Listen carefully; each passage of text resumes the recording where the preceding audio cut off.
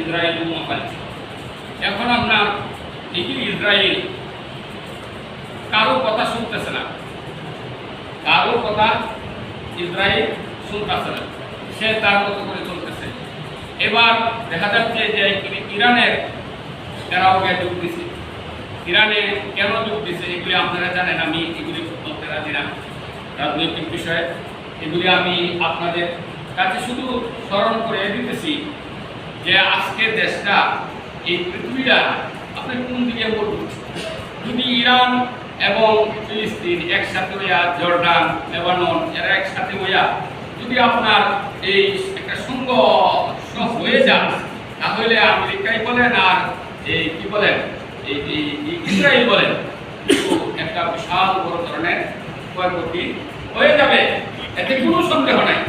আর কারা মরবে, কারা মরবে বলেন? এই সাধারণ মানুষ মরবে, সাধারণ মানুষ মরবে। এই ছোট্ট এরকম কচি কাঁচা বাচ্চারা এরা মরবে। এই বয়োবৃদ্ধ, এই আপনার আব্বা আমার আব্বার বয়সের, আপনার আম্মা আমার আম্মার বয়সের এরা মরবে। কিন্তু যারা নেতাগিরি করে এরা কিন্তু মরতেছে, যে একবারে মরে না। হামাসের নেতা, হিজবুল্লাহর নেতা এরাও মরতেছে, ওই দিক দিয়ে তারাও মরতেছে, কিন্তু বেশিরভাগ মরতেছে আমাদের কি সাধারণ মানুষ। কথা ঠিক কিনা? ঠিক কিনা? ওই দিন এক পুলিশে বললো যে আমাদেরকে আপনারা এখন যে হানি পাইন, আমাদের পুলিশ আমাদের কাছে কিছু কিছু লোক আছে যে আমাদের কিছু লজ্জা লাগে। আমার বাচ্চা যদি পরিচয় যে তোমার বাবা কি করতো, পুলিশ এটা বলাটা বাচ্চার জন্য একটা তিরস্কারের বিষয়, পুলিশও বলতো। কিন্তু এক সময় পুলিশের চাকরিটা এরকম ছিল, আমার বাবা ছিল পুলিশ, আমি গর্ব করতাম আমার বাবা এই দেশের একজন সেবক ছিল, পুলিশের চাকরি করতেন, আমার কাছে গর্ব মনেই হতো। কিন্তু বর্তমানে এমন একটা পরিবেশ হয়ে গেছে, বাচ্চা এই গর্বটা আর করতে পারে। কথা ঠিক কিনা? তো সাধারণ পুলিশও মারা গেছে, সাধারণ মানুষও মারা গেছে। আর যারা আপনার এই নেতৃত্বে আছে এরা কিন্তু কেউ মরে নাই। কথা ঠিক কিনা? মরে নাই। এই জন্য ভাইরা আমরা আল্লাহ তাআলার কাছে শুকরিয়া আদায় করি। এই ক্ষমতা বলেন আর সম্মান, এই ইজ্জত যাই কিছু সব কাজ থেকে আসে। আমি কিন্তু দুই সপ্তাহ যাবত আপনাদের সামনে একটা কথাই বলে আসছি, আল্লাহ আমি প্রথম রাখাতে সূরায়ে মুলক পড়তাম, সূরায়ে এই ইয়া পড়তাম, কুলিল্লাহুম্মা মালিক মুলকি তুতিল মুলকা মান তাশাউ, পড়তাম না? এর অর্থ কি? এর অর্থ যে একমাত্র তুইযু মান তাশা, আল্লাহ যে যাকে ইচ্ছা করে তাকে ইজ্জত দেয়। ওয়া তুযিল্লু মান তাশা, আল্লাহ যাকে ইচ্ছা করে অসম্মানী করে, বেইজ্জত করে। কথা ঠিক কিনা? তো আমরা কিন্তু এই আয়াতের আলোকে আরেকটা কথা, আমাদের কাছে ধর্ম মন্ত্রণালয় থেকে গুরু শুক্রবারে ফিরে আসছে দোয়া করার জন্য, ফিরে আসে নাই যে প্রত্যেকটা মসজিদের ইমাম এবং ধর্মীয় প্রতিষ্ঠানগুলির পক্ষ থেকে যেন দোয়া করা। তো আমরা দোয়া করব, দোয়া এইভাবেই করছি, আল্লাহ আমি যদি দোষী দেখি, দোষীকে তুমি শক্তি দাও, নির্দোষকে আল্লাহ তুমি মুক্তি দাও। যেমন দোষী গুণী কে, এগুলি তো যাচাই বাছাই করতে বুদ্ধি হবে না, কে দোষী কে গুণী এটা যাচাই বাছাই কি আমাদের করা কঠিন না? কঠিন। আল্লাহ তাআলার কাছে আল্লাহ পাক সব পারে, পারে কিনা? পারে। সব ক্ষমতার উৎসকে আল্লাহ, এই সার্বভৌমত্বের মালিককে আল্লাহ। অতএব আপনার এই সারাদিনের বড়ির মালিককে আল্লাহ। এই বড়িটা আপনি সুস্থ আছেন, মসজিদে আসতে পারছেন, যদি এই মুহূর্তে আপনার মসজিদে আসছেন, আমাদের মানিক ভাই কদিন আগে আপনাদের সামনে মসজিদে আসছে, মতের মধ্যে আমি বললাম যে নামাজটা পড়তে পারবেন না, আপনার অবস্থা খারাপ যায়নি, বললাম যদি মারা যায় শেষ জুম্মাটা পড়ি। জুম্মাটা পড়ার জন্য আসছে, জুম্মার সময় খুতবাও প্রায় শেষের পথে, এই মুহূর্তে ওনার পারল না, ওনাকে বাড়ি নিয়ে দেয় দিয়েছে, সে জুম্মার নামাজ ওনা করতে পারে নাই। অতএব আল্লাহ পাক যদি আপনাকে আমাকে এই মুহূর্তে ইচ্ছা করে যে মাথার মধ্যে কাজে একটু এই ব্রেনের মধ্যে একটু সময় নাকটা ঘুরাই দেবো, তাহলে তো ইমামতি তো আমি আগেই বলতে হবে যে ভাই আমার কথা ভালো না, আপনার একজন নামাজ পড়া। কথা ঠিক কিনা? এই যে ক্ষমতা আমার সারাদিনার বডির ক্ষমতা আমার না। কথা ঠিক কিনা? তাহলে একটা বাংলাদেশের ক্ষমতা আমার কি হয়ে হয়, আমার সার্বভৌমত্বের ক্ষমতা আমার কিভাবে হয়, এইগুলি আপনার এটার পিছনে কারা ইন্ধন দেয়? একমাত্র শয়তান। কারা দেয়? শয়তানে দেয় ইন্ধন। শয়তান এক শয়তান আপনার কাজ করবে, মানুষই লাগাই দিচ্ছে, সব মানুষই করতেছে তার কাজ। সে বলতেছে আমি আর কি করলাম, আমার এই যে আল্লাহর বান্দারা যেটা শুরু করছে আমার আর করতে হবে না, আমি এখন নিশ্চিন্তায় ঘুমি। বড় শয়তানে কয় তুমি ঘুমাইতেছ, তুমি খবর টবর রাখো। জি কাজ হইতেছে, কাজ হলে তুমি দেখো। গেলে পরে গিয়ে দেখে যে আপনার দুই লোহের মধ্যে শয়তানে দুইজনের দুইটা কথা বলছে। কি কথা বলছে? তোমার দুই লোহে এই বিভিন্ন ধরনের কি করছে তোমার ব্যাপারে, আর সেই লাগে করছে এরকম করছে। পর হয় দুজনের মধ্যে কি বন্ধুত্ব সুলভ আছে, এই দুজনের মধ্যে আপনার একটা ইয়ে হয়ে গেল, প্রতিদ্বন্দ্বী বা আপনার কি বলে শত্রুতার সৃষ্টি হল। তখন আপনার এক লোক বেড়ার একটা গাছ আছে, এই গাছটা আপনার কি গাছ করে কষ করে কষ, এই গাছটাকে খুব দিচ্ছে। খুব দেওয়ার পরে ওই বেড়া কয় তুমি অনর্থক আমার গাছটা কাটলাই হবে, এটা কি করতেছ? কি করতেছে? আচ্ছা ঠিক আছে, তার রাগ করতে গাছটা কাটতে কাটো। বিবির কথায় ওই লোকটা সামনে গেছে, এই গাছটা যে কষ বাড়িছে, এই কষটার রং আবার ছিল অনেক লালচে পিপিলিকা, এরা কয় গুড়ের মতো দেখা যায়। আচ্ছা গিয়ে দেখি, পিপিলিকা তো গুড়ের মধ্যে আসত, গিয়ে দেখি ব্যাপারটা কি হয়। গিয়া দেয় পিপিলিকা উঠছে গুড়ের মধ্যে, গাছের মধ্যে গিয়ে এই যে বস পিপিলিকা সব গেছি বাজার ঘরে শব্দ মরছে।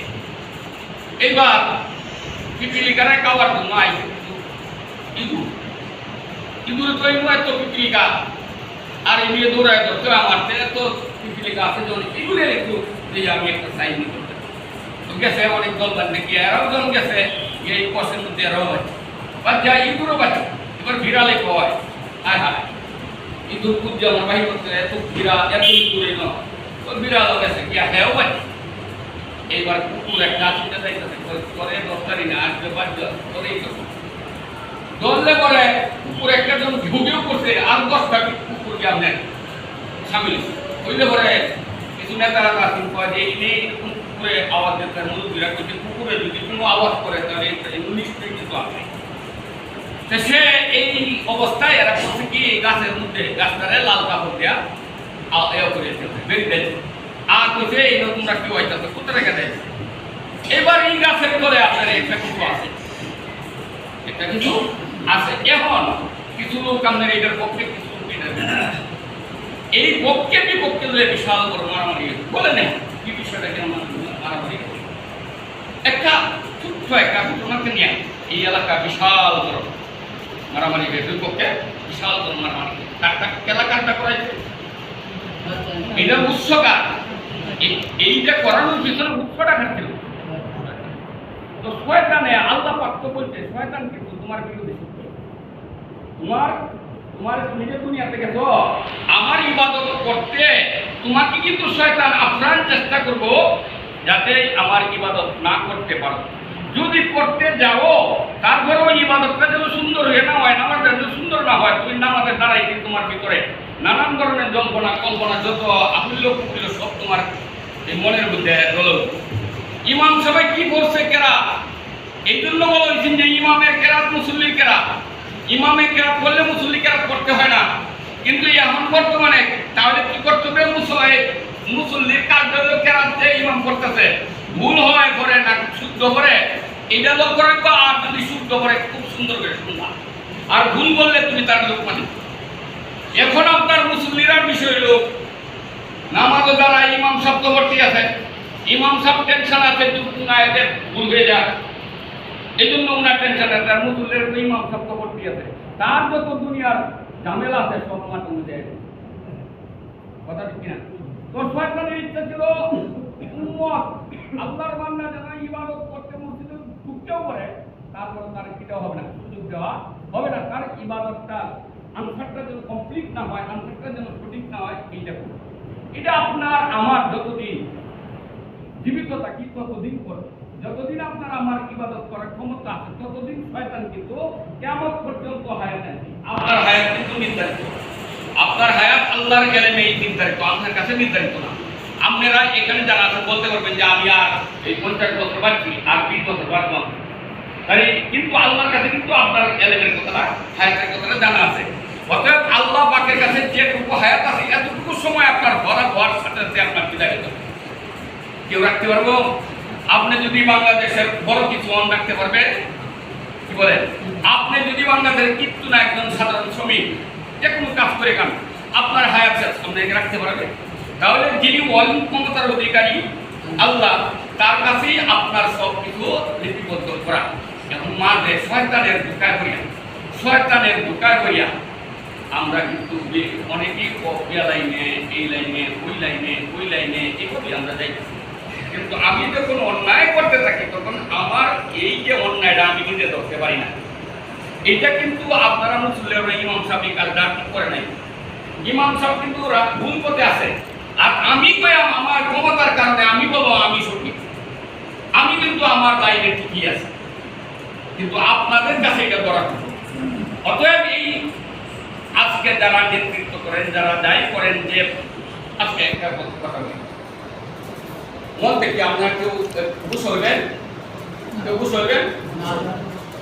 জামাত আজকে কি আমরা জামাতে নামাজ পড়ব না? তবলিগ কারা করে? কয় না 3 দিনের জামাত হলে, কয় না? কি বলে ঈদের কি জামাত হয় না? এই আপনার মসজিদের সাধারণ নামাজ হলে জামাতের সাথে হয় না? আপনার শুক্রবারে জামাতের সাথে হয়। এই যে জামাত তো মুসলমানের একটা শান, মুসলমানের একটা ইজ্জত। জামাত কথা ঠিক কিনা?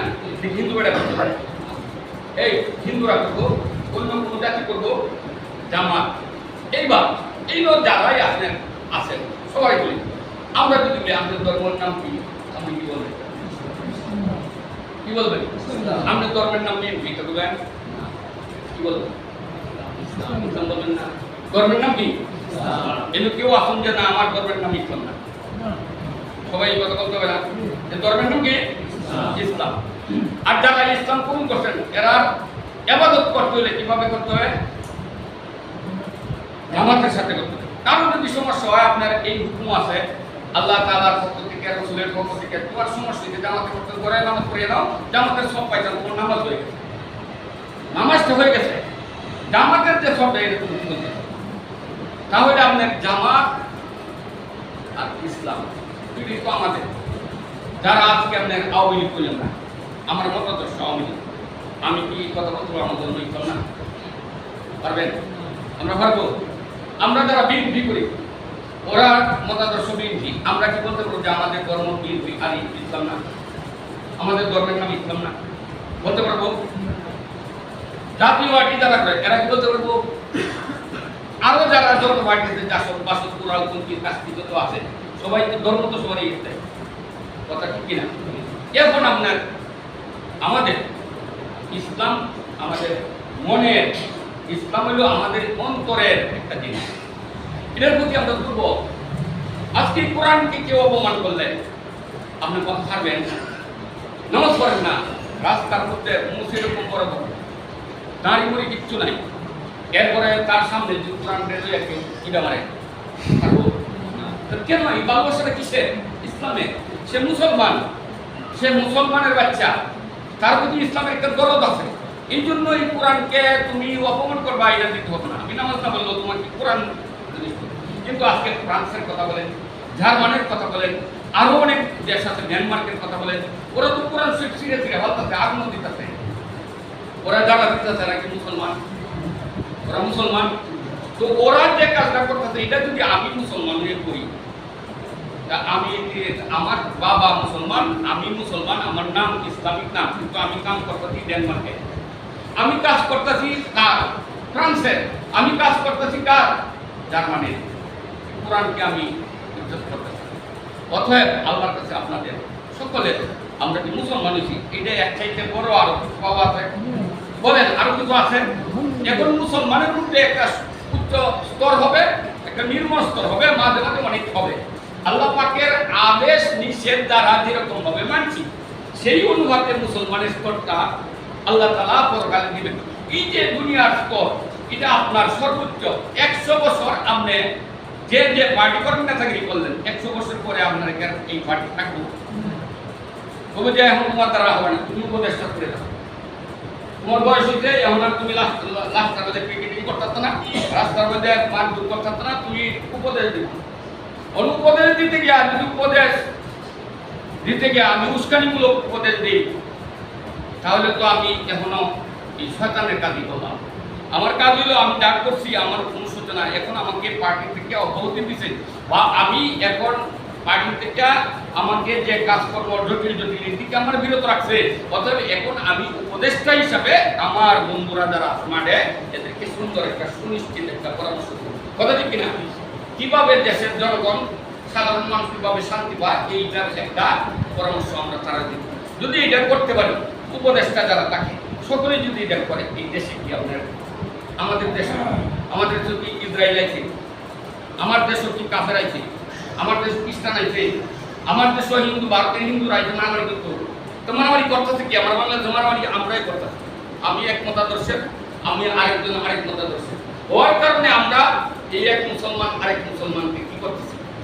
আজকে মনে করেন আপনি কাটটা এই বিএনপি করেন, আপনি কাটটা আওয়ামী লীগ করেন, আপনার ছেলেটাকে যদি কোনো পুলিশ অথবা আরেকটা পুলিশ না হয়ে আরেকজন তৃতীয় পক্ষের কেউ যদি গুলি হয়ে মারে না, তো আপনি তো মনে আপনার কাছে কেমন লাগবে? কেমন লাগবে বলে? ভালো লাগবে? আপনার ক্ষমতা অনেক, কিন্তু আপনার ছেলেটাকে এই বলে তাহার কারণে আন্দোলন কি করে নাই? আমি তো দেখছি কিশোরগঞ্জে 1 বছর আপনার এই বর্তমান এই যে 5 তারিখের আগে যারা ক্ষমতায় ছিল, উনাই এত তার মেয়ে 5 কোটি দাম দিচ্ছে, এর মায় দেয় না এই আন্দোলন হচ্ছে, ছাত্র আন্দোলন।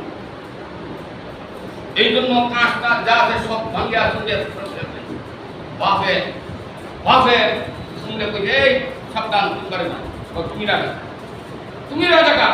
এখন আমাদের আন্দোলনের সময় তুমি আমার সত্তা তোমাকে মারি, তুমি তখন বুঝতেছো না, রাস্তা গেলে তুমি যদি একটা পড়াশোনা জানা কিন্তু কি করবো। এখন আপনার এই অবস্থায় আপনার আমি যত ওই হই, আমার ছেলে রাস্তায় না মোকাম খায়াম, আমার মেয়ে রাস্তায় না মোকাম খাবো, খাবো না, আমরা কেউ কিন্তু যাবো না। কিন্তু তারপরেও কেউ না কিন্তু বাচ্চারা রয়ে গেছে, ইয়া বলতেছে পুলিশ আমার বাচ্চারা করতে ধরে গুলি বলেন। তো মানুষ কি সবার মানুষ এক সমান? একজনের বাচ্চারা দেখাই রাস্তায় নামার জন্য, আরেকজন বাচ্চারা দড়িয়ে আনতে রাস্তাতে দিচ্ছে। মানুষের মন এক একজনের মন মানসিকতা এক এক রকমের, এইটার মধ্যে আপনার খেলা দিতেছে ওই শয়তান আপনার খেলা দিতেছে দেয়া আপনার মধ্যে আমার মধ্যে একটা। এই জন্য আল্লাহ তাআলা কোরআনে কারিমে আপনাদের সামনে যে আয়াতটা বলছিলাম গত শুক্রবারে, বলছিলাম যে উলাইকা হুমুল মুফলিহুন, উলাইকা হুমুল মুফলিহুন, ওই মুত্তাকিদের গুণের কথা বলছিলাম, যারা ভালো মানুষ। আল্লাহ পৃথিবীতে আল্লাহ বানাইছে মুত্তাকি বানায়া, আপনাদেরকে বাড়াইছে, তোমরা মুসলমান, তোমরা মুত্তাকি। তোমাদের কাজ কিন্তু খুব বেশি না, কয়েকটা কাজ করবা। আমি গায়েবের প্রতি ঈমান আনবা, জান্নাত জাহান্নামের প্রতি ঈমান আনবা, পরকালের প্রতি ঈমান আনবা, আর এই বিধানের প্রতি ঈমান আনবা, উলসিরাতের প্রতি ঈমান আনবা। তোমার হাসর হবে, কিয়ামত হবে, এটির প্রতি বিশ্বাস করবা, পরকাল যে পুনরুত্থান হবে, আবার তোমরা জীবিত হইবা, এইগুলির প্রতি ঈমান আনবা। আর কি করবা? নামাজ কায়েম করবা, যাকাত দিবা, হজের উপযুক্ত হজ করবা, যাকাতের উপযুক্ত যাকাত দিবা। আর তুমি মানুষের সাথে ভালো একটা সমাজ গড়িয়া তুলবা। তুমি মারা গেলে তোমার জন্য তুমি মুত্তাকি, তোমার দরজা হবে সুহাদা, সিদ্দিকিন, সালিহিন, নবীদের। কঠিন বলে, কঠিন এই কাজটা করা কঠিন। তো আমাদেরকে আল্লাহ তাআলার রাসূল যে আমাদের জায়গা হবে, যারা এই কাজগুলি করি, নবীদের সাথে আমাদের হাসর হবে, সুহাদাদের সাথে আমাদের হাসর হবে, এবং আপনার যারা এই সিদ্দিকিন এদের সাথে হাসর হবে। কাজগুলি কি? কাজগুলি তো ওই সপ্তাহ 2 সপ্তাহ যাবতীয় করছি। কি কাজ? খুব কঠিন কাজ বলেন, খুব কঠিন, সহজ কাজ এইবার কয়। এরপরে আল্লাহ পাক বলেন যে তারপরে যারা এই কাজগুলি করবে না, ভালো কাজগুলি করবে না, তোমাদের জন্য হুঁশিয়ার, সাবধান, হুঁশিয়ার, সাবধান। এই ফ্যান আপনারা আজকে এই ফ্যানগুলি বন্ধ থাকলে আপনারা কেউ ইমাম সাহেব বাইরে থেকে বলে ফ্যান বন্ধ, ফ্যান বন্ধ, বললেন না সবাই, বলবে কিনা? বললে পরে আমি তো আমার দায়িত্ব কি তখন মুসল্লি সবকে বলা যে ভাই ফ্যানগুলি বন্ধ। তাহলে এই যে দুনিয়ার সামান্য একটু উপকার, আমরা 1 ঘন্টা বা আধা ঘন্টা এই মসজিদে থাকবো, এখানে যে আমার স্বস্তির দরকার, আমাদের আরাম আয়েসের দরকার, আমরা দরকার না, এইটুকু আমরা চাই না, চাই। কিন্তু আবার তো আবার জিন্দগি যেটা হবে, যেটার যে জিন্দগির শুরু আছে শেষ নাই, যারা যে ঠিকানা হবে এই ঠিকানায় তারা এরকম যে ওই থাকতে হবে। আবার আল্লাহ পাক বলছে যে জাহান্নামী যারা হবে তাদের চামড়া আমি 1 সেকেন্ডের মধ্যে পরিবর্তন করব, পুড়িয়ে তো যাইবো, আগুনের মধ্যে ফুটবো, ফুললে পরে পুরাটার মধ্যে দিব, আবার আল্লাহ পাক কি করবেন, চামড়া নতুন চামড়া দিবেন 1 সেকেন্ডের মধ্যে পরিবর্তন করবেন। পারবেন না? পারবেন না? পারবেন। ভাবলে পরে এই যে একটা যাও, এই সামনে যদি আমার এই ভয়টা থাকে, আমার পরকালের একটা সুন্দর আবাস আল্লাহ তাআলা বলতে জান্নাত, আর একটা আবাস বলতে জাহান্নাম, এই দুইটার কথা আল্লাহ পাক বলছেন। এখন আমরা যাইতেছি কোন পথে? জাহান্নামের পথে। দুনিয়ার শান শৌকত পায়া, দুনিয়ার সব কিছু পায়া জাহান্নামের পথে দাবি করছি, আর আল্লাহ পাকের জান্নাত আমাকে হাতছানি দিয়ে ডাকছে, আল্লাহ পাকের জান্নাত আমাকে হাতছানি দিয়ে ডাকছে, আমি কিন্তু এই পথে নাই। তো আল্লাহ পাক জাহান্নামের বর্ণনা থেকে বলতেছে ইন্নাল্লাযীনা কাফারু, এই মুহাম্মদ সাল্লাল্লাহু আলাইহি ওয়াসাল্লাম যারা কাফের, এদের কাছে আপনি দাওয়াত দেন অথবা না দেন সাওয়াউন, এরা আপনার দাওয়াত কবুল করবে না। এরা কাছে দাওয়াত দিলে যে কথা, দাওয়াত না দিলেও। তারপরে কয় আনদারতাহুম আমলাম তুনদিরহুম, তাদেরকে আপনি জাহান্নামের ভয় দেখান অথবা জাহান্নামের ভয় না দেখায় আপনি জান্নাতের সুসংবাদ দেন। যারা কাফের তারা জান্নাত তাদের কাছে এটা মূল্যহীন, জান্নাতটা তাদের কাছে মূল্যহীন, এরা জান্নাতের কোন কথা শুনবে না। এদেরকে ছেড়ে দেন, এরা যে পথে আছে এদেরকে এই পথে ছেড়ে দেন।